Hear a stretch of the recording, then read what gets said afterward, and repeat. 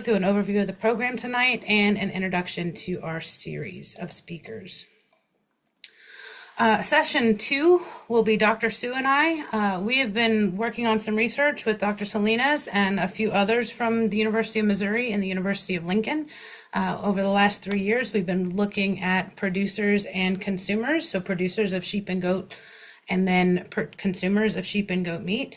And we've got some interesting data to share with you on night 2.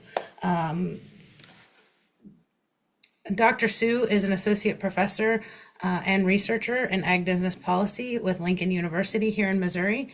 And I'm a field specialist in agricultural business and policy with the University of Missouri. I'm also an extension specialist.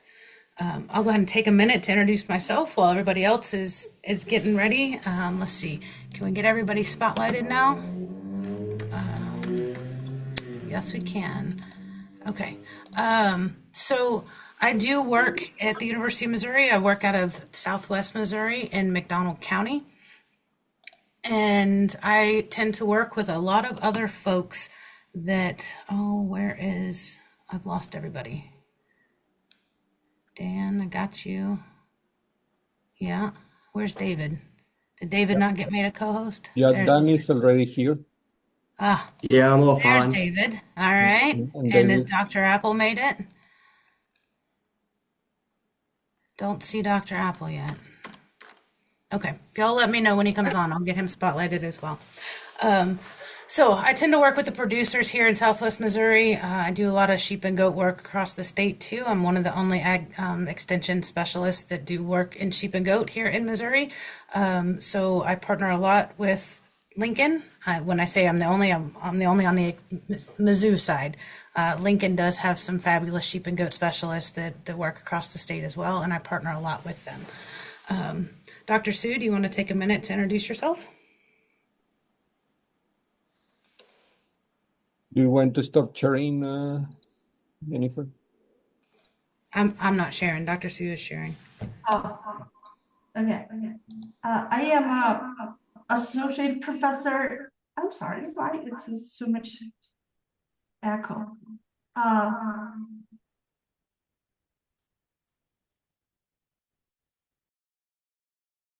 No. I am an associate professor at Lincoln University of Missouri since 2020. I am an agriculture economist. I do research related to consumer and producer behavior. My current project has been working on a small ruminant producers and marketing choices into their profitability. I also work with some other project related to user resilience while there is uncertainty, rising interest and inflation. And so in the past 5 years, I have been working on 4 federal supported projects.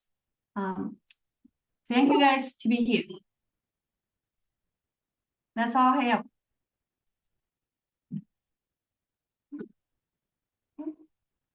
Jennifer, you can go ahead to take it. A little bit about the work that Dr. Sue and I will be talking about. So we've done this Midwest producer survey, and we've looked at what our producers are doing, where they're marketing, and some other insights into their operations, some of their costs, some of their income, different things like that. We've also done a national consumer survey looking at what the consumers want, where they buy their products from, what they're willing to pay for different products, so what attributes they really like about their products. And so that's some interesting work that we are just now able to release some of the data on. Essentially, we're going to look at how do sheep and goat producers sell their animals, how consumers buy their sheep and goat meat, and then ultimately for you guys, how can we get the producers and the consumers to meet in the middle, right? So in order for our producers to be profitable and our consumers to be happy, we've got to figure out where those two lines meet. And currently, according to our research, they're not meeting very well. And so we get to share a lot of that with you. I don't see Dr. Apple on yet, so we'll see. Hopefully he can get... I'm here. Oh, you are here. Yeah. Hooray. Hold on. Keep talking. Let me find you. All right. Back one slide. Yeah. That one, well, all right. Yep, go right ahead. There I am. Well, my name's Dr. Jason Apple. I'm currently serving as the Associate Dean for Student Affairs in the Dick and Mary Louis Claiborne College of Agriculture and Natural Resources at Texas A&M University, Kingsville. Previous to this, I had 24 years at University of Arkansas, where I worked with a lot of our sheep producers throughout the state. Primarily, in the beginning, I taught sheep production the whole time I was there. But I've done some research in simple things that producers can do to improve product. I worked very closely when Bruce Shanks and James Caldwell were at Lincoln University. We did some goat studies with them. So I've got some experience to that. Previous to going to Arkansas was really my first experience raising sheep. I come from a cattle swine background, showed some sheep for people in high school. But most of my research started on my PhD, where I used sheep as a model for cattle, and then some product development, which we can talk about if anybody's interested. I then went, my first job was at the University of Massachusetts in Amherst, where I was told that I was teaching sheep production and that I was manager of, at that time, an ADU Dorset flock. So I learned a lot of things the hard way that don't raising sheep. New England sheep producers were very good to me about helping me along the way. So I have a diverse background and spent a lot of time in sheep because of that 2 years. I built my flock up to well over 100. In fact, when I left, I had about 136. We had some unique markets. I used a modified star system to meet those markets. And so I'm going to hopefully talk to you about everything from forage lamb and goat production to maybe ways to improve quality and palatability of sheep and goat meat, and look forward to learning questions you may have. We'll probably play a little bit on what Jennifer and you're going to talk about because I've got some unique experiences with marketing as well. So looking forward to it.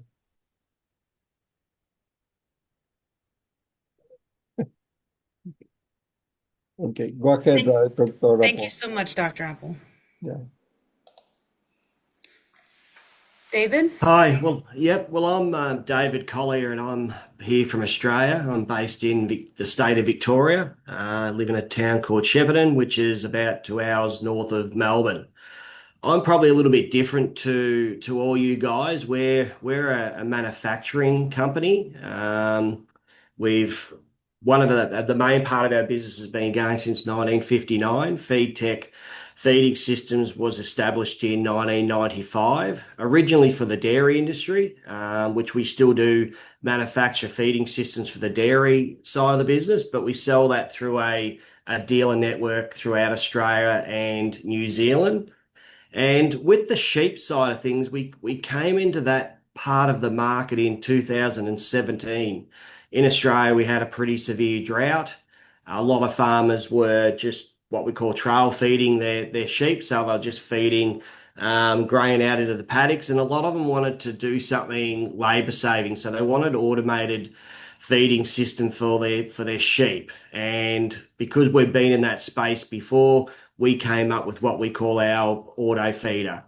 And now, what are we sitting on? 2026, and we've sold about just over 450 auto feeders around Australia.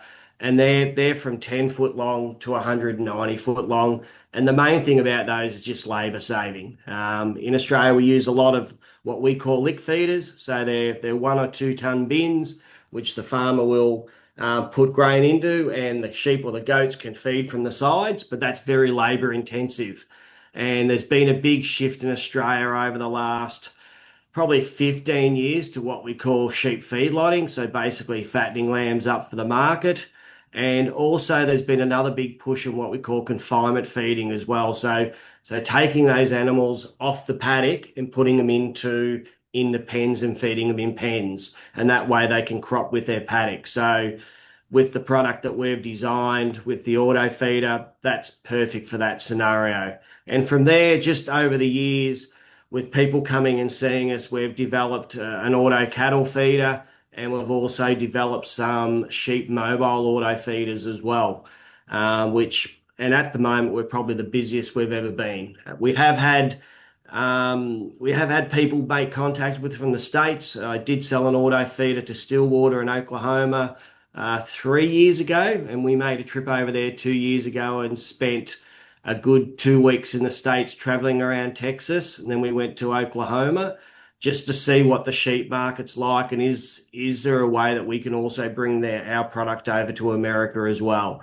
And we're still exploring that option. We're really looking for someone to partner with us and see how we could actually do that. So part of the innovation, we've got 4 engineers here. So part of our innovation is also designing a product like our mobile unit with something we can export that to the States, and it's very easy to assemble and maintain. So yeah, so my talk will be a little bit more different. I'll also go into a bit about the Australian sheep and goat market as well.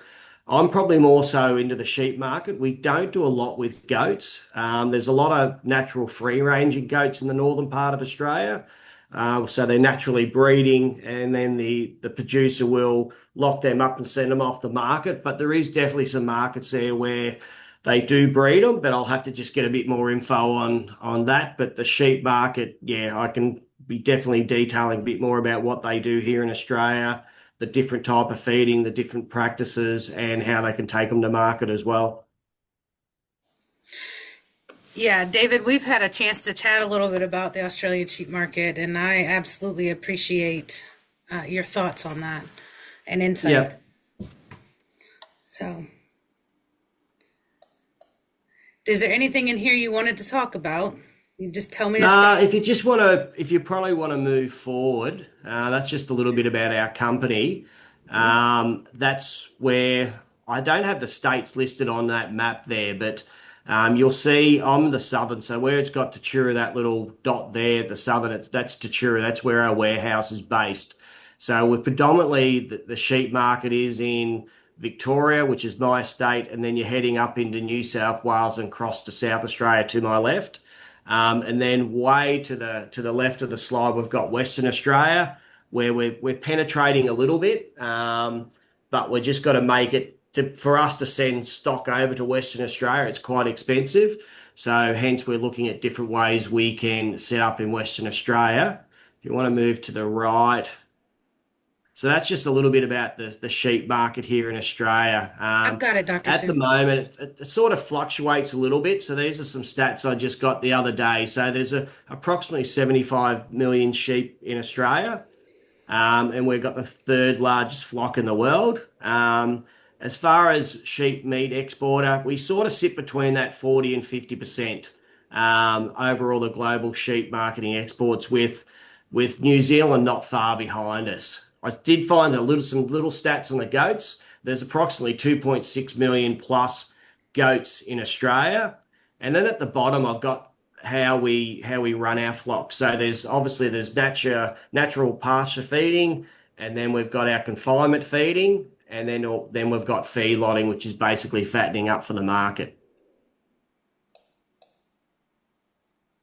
When we went to the States there the other year, I created a brochure because I always talk about millimeters and meters and kilograms. So I developed a little bit of a brochure to break that down and give some people some insight into our units. And the slide on the front is just how they work. So you've got your feed bin on your right-hand side, and we use a product called centerless auger. So it's like a big coiled spring. So on the right-hand side, we've got our feed bin. The left-hand side where we've got our cabinet is where we've got our motor and gearbox, which is on a 24-hour programmable timer system. So it just pulls feed from the feed bin into the trough system. And then we've just got our different types of auto feeders. So the top one's what we call our static auto feeder. So that is the one that comes in 10-foot trough lengths. So it can be a 10-foot unit up to 190 foot. And as you can see there, it's pulling from the field bin at the end. That's a solar unit. We also do for your market, 110 volts. And the unit down the bottom is what we call our mobile sheep and goat feeder. So it's actually got a bin attached to the trough system, so you can tow that around. We normally do that one in a 40-foot unit, but we're redesigning that at the moment into a 30-foot unit that we can then look at fitting 4 or 5 in a container, and then we can either ship it to other parts of Australia or ship it to other countries as well. That's just some of our innovations. So we've been recently working on what we call our advanced controller. So the idea of that is you can containment feed, ad lib feed, or what we call induction. So when you're first putting lambs onto grain, obviously you can't just fill them full of grain because they'll get acidosis. So the idea of the new controller is you can put in how many days you want to induct, each day, how much you want to feed out per head, how many head you got in the pen, and then you hit start, and the auto feeder will basically run that induction program over the amount of days that you want to run it for. So that's on the induction side of things. On the ad lib feeding, you could just say, right, I've got 240 head in there. I want to feed out X amount of grams per day or pounds per day, and it will automatically do it and feed that amount out each day over multiple feeds throughout the day. And that's just another slide as well where we talk about fattening lambs, confinement feeding, induction feeding, how the units are, the static units are sold, like I said, 10 to 190 foot. And then below is actually what is an option of ours, which I'll talk about more in the seminar. It's when you're feeding lambs, especially if you're looking at containment and inducting, and if you've got a 190-foot unit, there'll be a lot of grain at one end all the time while that unit is filling, which means you can get lambs with acidosis. So we've designed an option there where a flap system closes over the trough while the unit is actually filling. And that's it. All right. Thank you, Mr. Collier. All right. Dr. Quadros, Dr. Salinas. Dr. Quadros, go ahead. Yes, can you guys hear me well? Yes.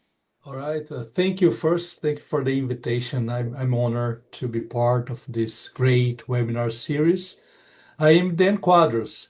I'm the small ruminant specialist, University of Arkansas, Department of Animal Science. I have been here for 3 years and a half. And before joining the University of Arkansas, I was a professor in Brazil at Bahia State University for about 20 years there. I'm assistant professor here. I was full professor, and I got all my education back in Brazil. Agronomy, the BS, and after that, a master and PhD degrees in animal science.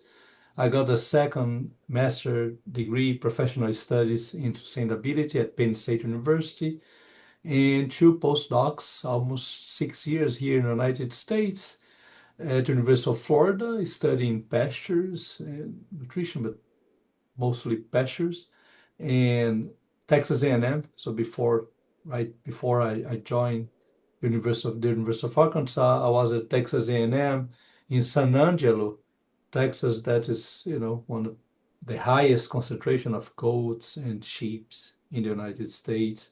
So it's really significant for the local economy. And then I spent almost 4 years there studying livestock nutrition and meat quality. So I had some trials. I'm going to show during our presentation some results, and I'm still working on that here.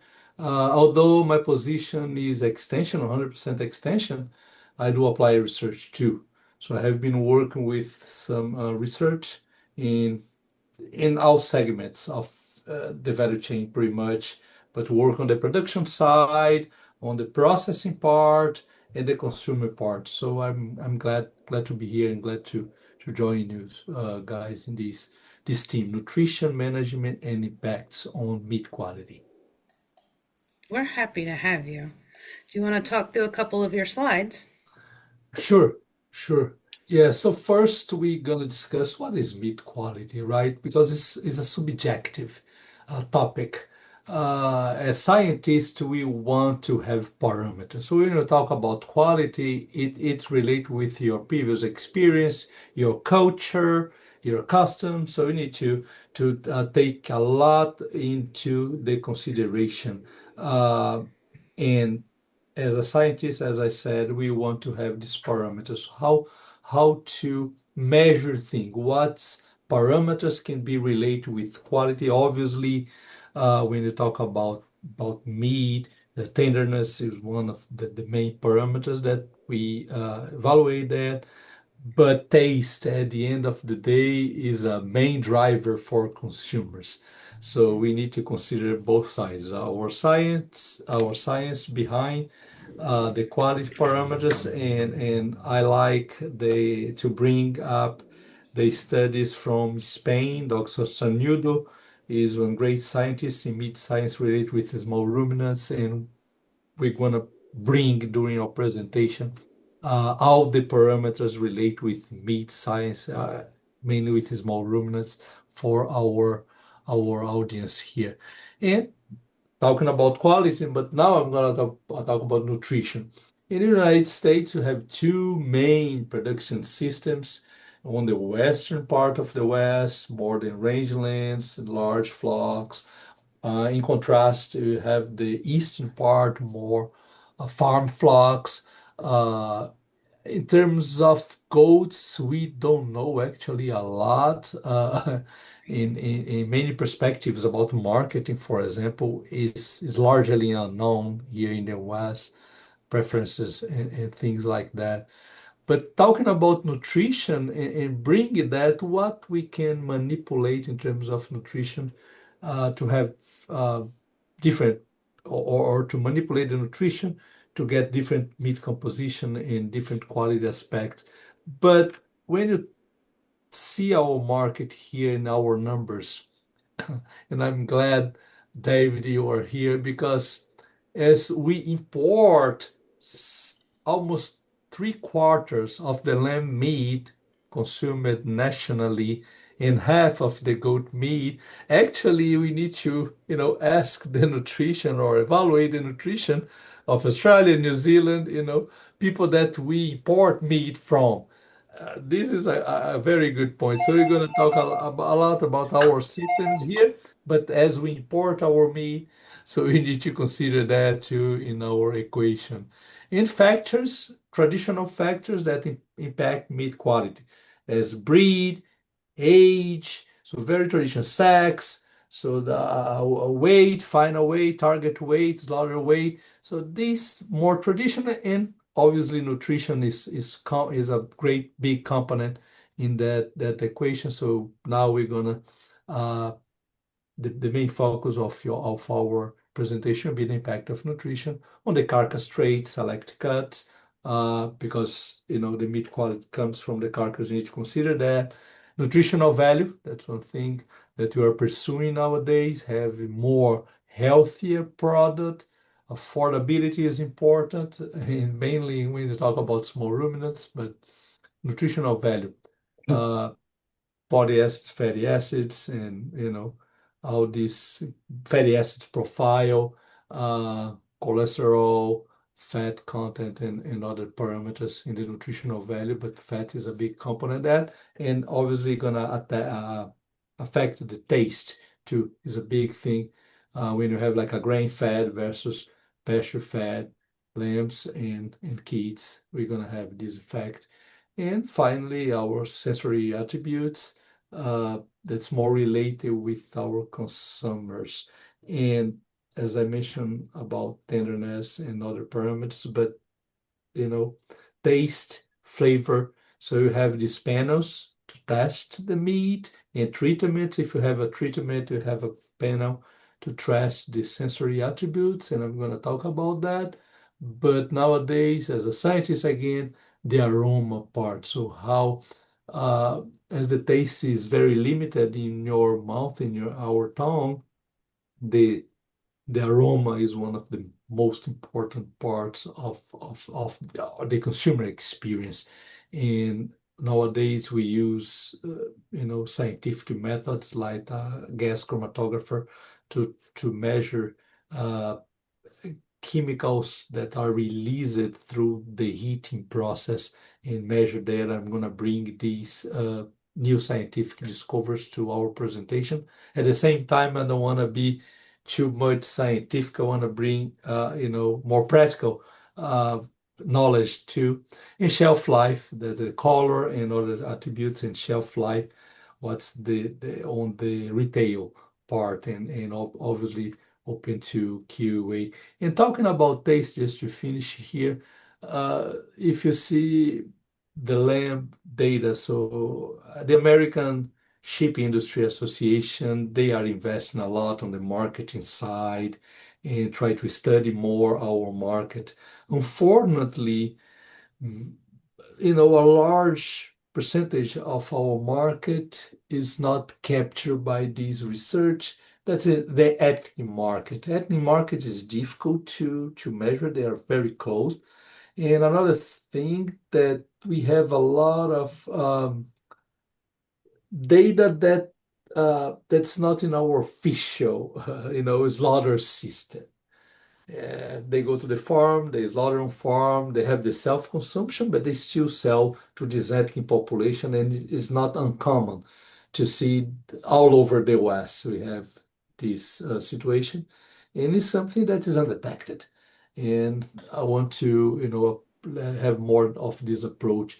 In taste, according to this ASI data, so taste is something that you see the positive perception of the consumer. At the same time, there can be negative perception of the consumer. So it's very intriguing, this part, when you talk about small ruminants. And as I said before, I mean, lambs in the sheep industry is much stronger than the goat industry here. And goat is really a question mark.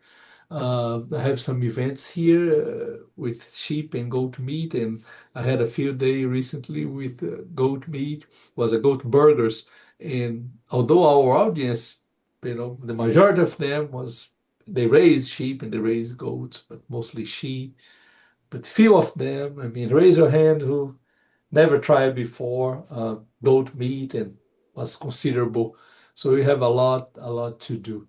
And I mean, webinar is not my main thing. I think Dr. Salinas knows I'm very hands-on, visual, and storyteller. I want to tell stories. This is what I do, face-to-face, that I like most. But I appreciate the opportunity. I will try to do something like that, pass my enthusiasm for this industry, and try to, have people be successful at the end of the day. Thank you, Dr. Quadros. And that's a good point. In the chat, how many of you have never tried sheep or goat meat? That's a good question for this group to see. All right. Any comment on these last two slides?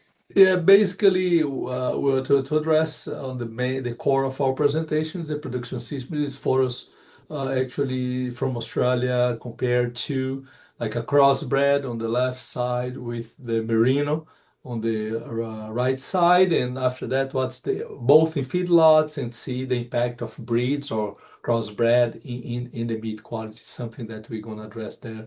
Nutrition versus in interaction with breeds, and the results that you're going to have from the profitability standpoint for the producers that are more interested in performance as they sell live animals. At least here in Arkansas, our main market is sell live animals. When you see on the big feedlot part on the Western United States, definitely something that they need to consider.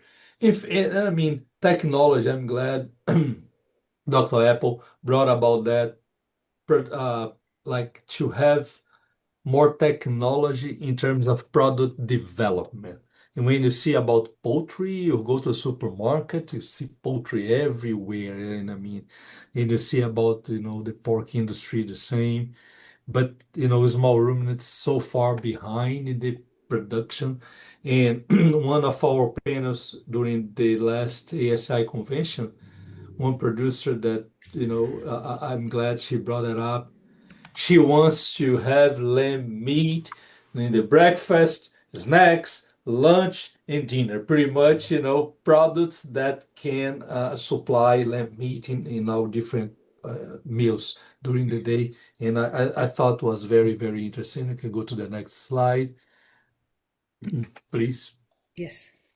And finally, I think, almost 5, so I think people are gonna get hungry with this photo. But it's amazing what we can do and the intrinsic quality of the lamb meat and the goat meat. They are really amazing product. And if you see around the world, they are in a very high cuisine, high-end restaurants, but at the same time, they are popular. This is the beauty of the thing. If you see, all these Middle East and countries that, dry conditions, semi-arid areas that they don't, they cannot raise all the kind of livestock other than sheep and goats, but it is really marvelous how they can adapt to different parts of the world, different situations, and provide meat for the poor and for the rich at the same time. So it's beauty and the way you prepare. This is another thing, very, very important when we do our research. So we kind of stop here, what we can measure, but at the end of the day, there in the plate, the preparation is very, so the seasoning wait to prepare is another story here quickly. I brought a guy to have a culinary short course here for chefs and was amazing. And we had 6 different dishes and people voted what they like most. Then you guys know, or probably everyone know that, pork chop, lamb chops will be one of the top uh, cuts. But in our experience here with these culinarias, few people, but the stew, the shank stew was the number one. So the way you prepare supposed to be, less tender than compared to the chops. But I mean, the way you prepare is another thing that you need to take into consideration. The final experience that you want, the great experience for the person to come back and create more consumers and increase lamb and goat consumption. That is very, very low. It's less than 2 pounds per person per day here in America. So we have a lot of room to grow. Yes, there is. Yes, there is. Thank you, Dr. Quadros. Dr. Salinas, you want to take a minute to introduce yourself? Yes, thank you. And so you can see why we are doing this summary about all the webinars that we are going to have during this month, because it's so rich, the information that everyone is bringing in. So that was only like the summary, so that will be great. And I am Homero Salinas. I work here. I am associate professor at Lincoln University. Have been here for 7 years. I'm extension state specialist here at Lincoln University, and I was working for many years in Mexico. So for me to mainly all the goat production systems are for me very known in Mexico, and I'm more related with goat than sheep, but there are some other people working with sheep also here at Lingo University. So we work with all these things about management, feeding, pasture management, FAMACHA, fecal accounts, and with a lot of webinars, and we are so enthusiastic about all these things. But also, we have been wondering about the marketing, and the marketing is a key thing, because if the farmers, they don't sell their products or their animals, so they will have no profitable business experiences. So we developed a program with Jennifer Lutes also about butchering, and to be educating people how to cut the meat, and with Dr. Sue about the preferences. So I will be talking. I will be asking Dr. Quadros some questions about the next slides. Okay, so if you want to move to the next one, so just to be thinking that. most of the small ruminants are pasture fed, and that is good because the markets are asking that. But the pastures, as you can see here, we are in one season grasses. We are in Missouri in the transition zone. The green one is where the main number of small ruminants are. Right now, after Texas, we are the second in goats in the country. And so it is very interesting. And most of them go through actions for the East Coast and other places. But we have also the cool season grasses in our pasture. So what does it mean in the nutrition, the management? You go to the next one, please.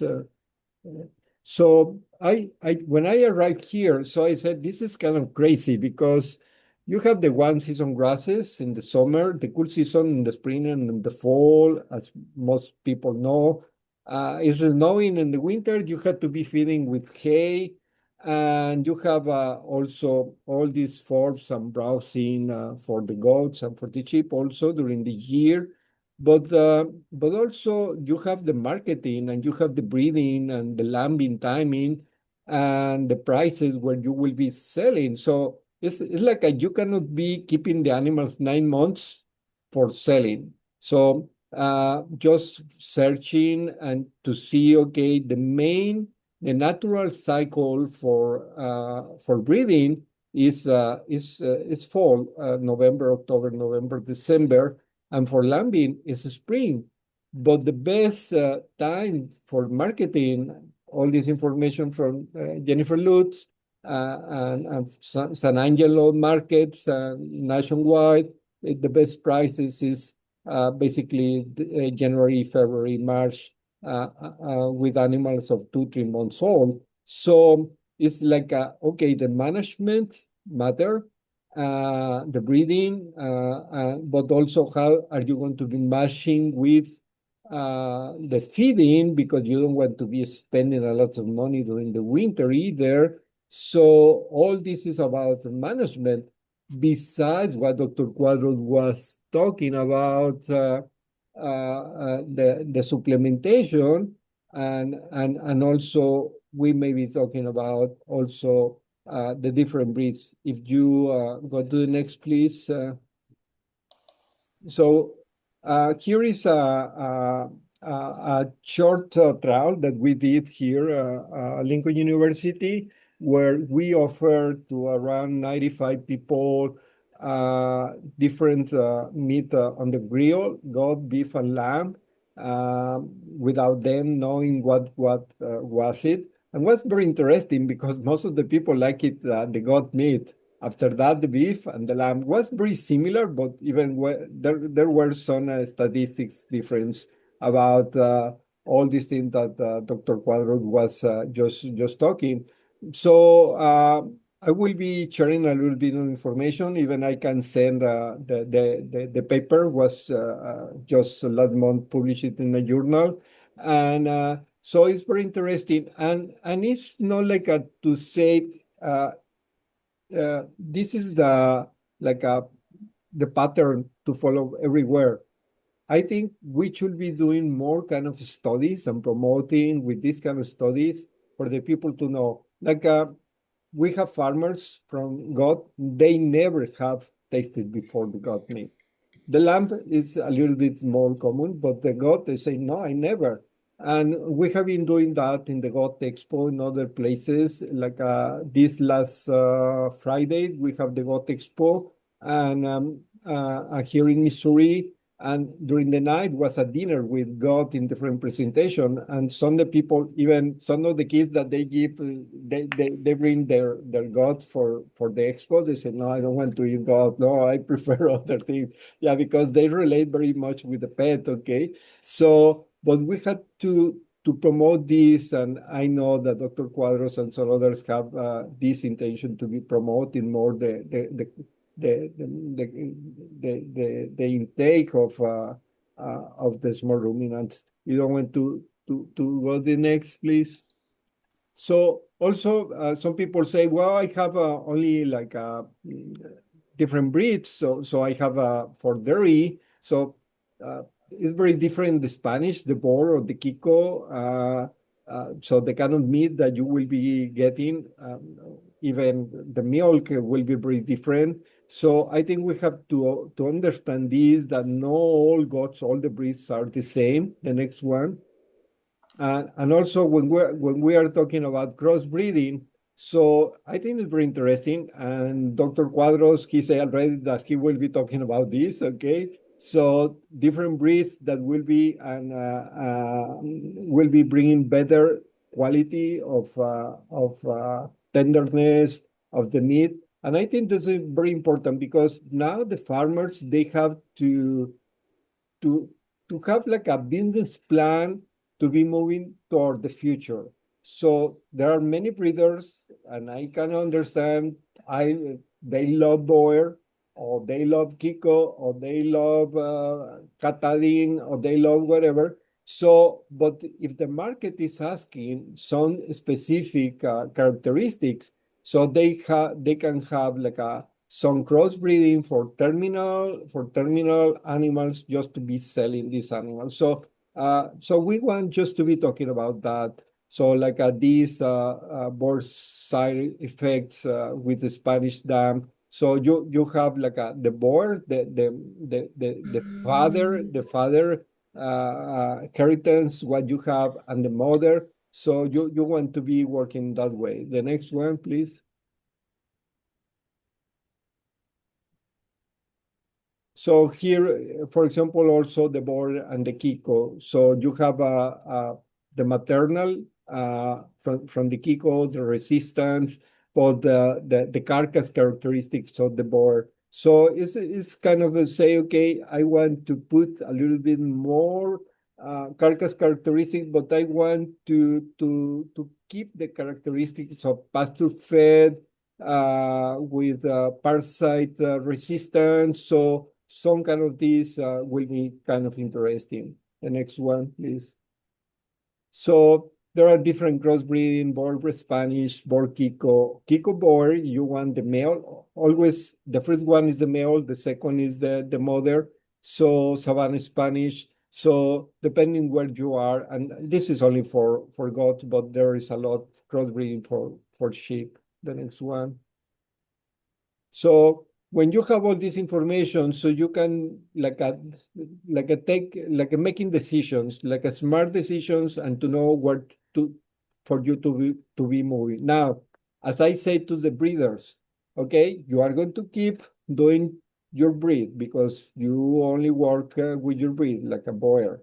But for other people to be buying you like a box and some sires or like a does for reproduction, for commercial, you need that the commercial farmers really make a business, because if they don't make a business, they will not buy in you the following years. So we had to be like making a networking for everybody, win-win, and sometimes they had to be working with crossbreeding. The next one. Thank you. Thank you, Dr. Salinas. Dr. Sue, do you want to talk about these for just a minute? Okay, sure. So can you go back to, or you want to go back to the last slides? It's not working. Oh, You might have okay. to do it. Oh, There you sure, go. it's here. Okay. So this just shows a report we have produced. Doesn't, okay. Why doesn't more work?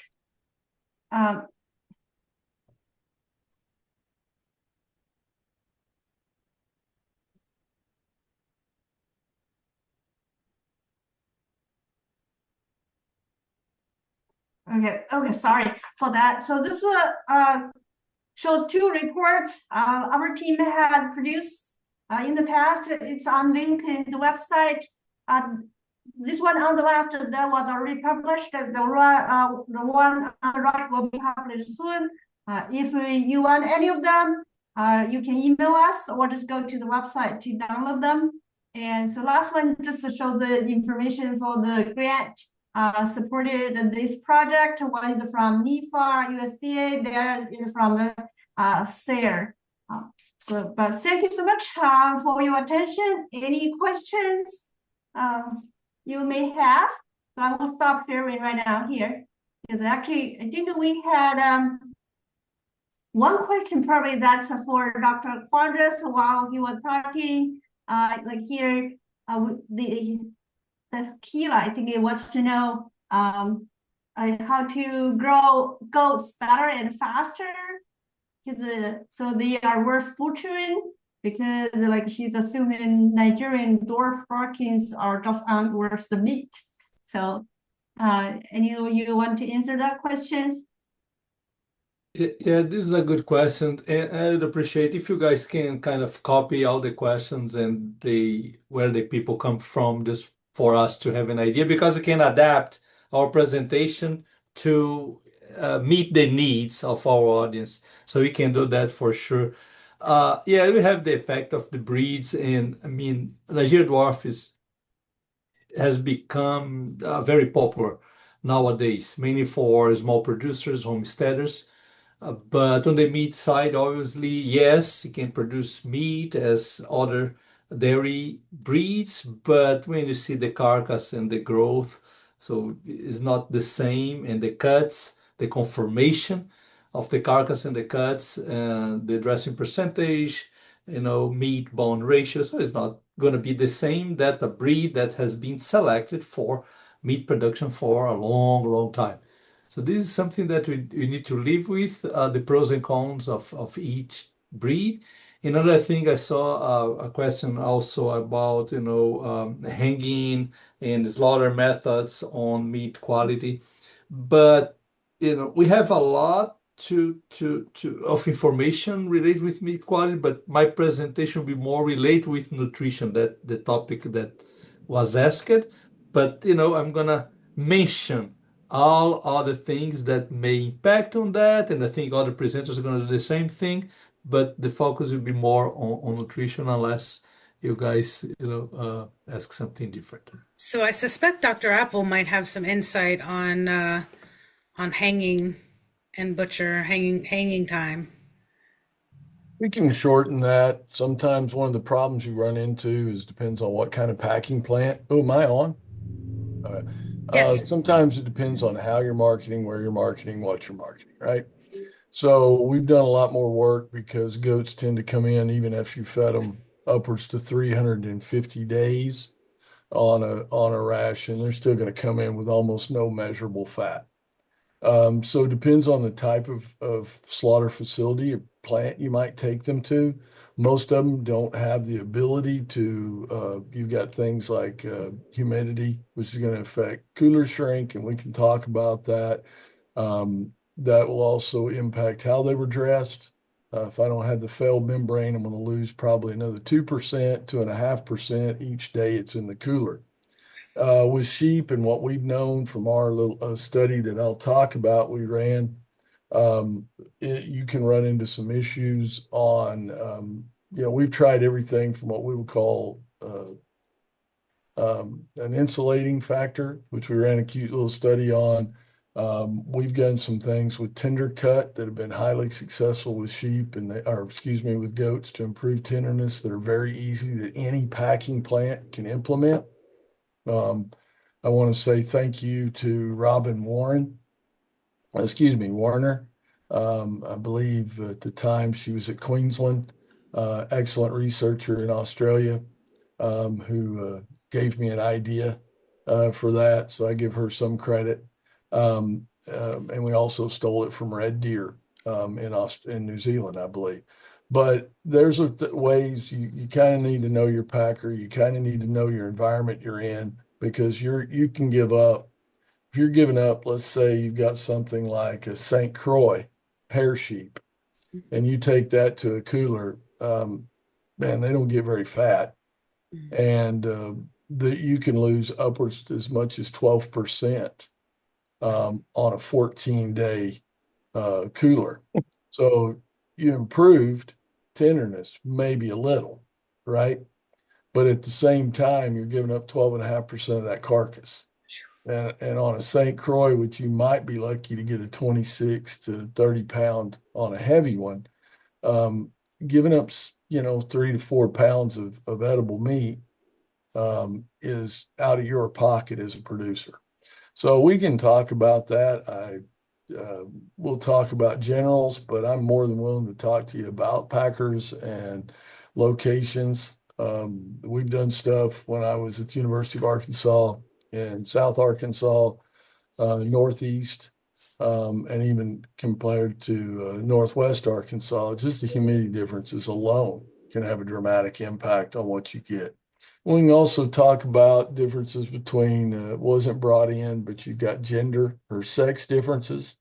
You have some markets that we'll talk about, especially in ethnic markets, that prefer an intact male, and they like them older. Some like younger intact males. Some customers will not like an intact male. I'll spend some time probably talking about a breed that we run about 30 to 40 Dorpers down here in South Texas, and I like the Dorper a lot.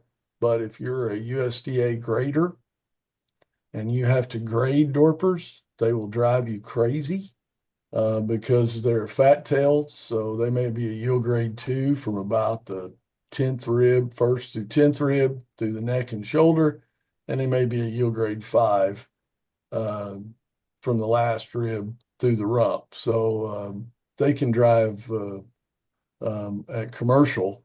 If you were going to a larger packer, they can drive their graders nuts. But all that I'd be more than willing to talk about, and we'll bring up some of those things in my talk. Definitely.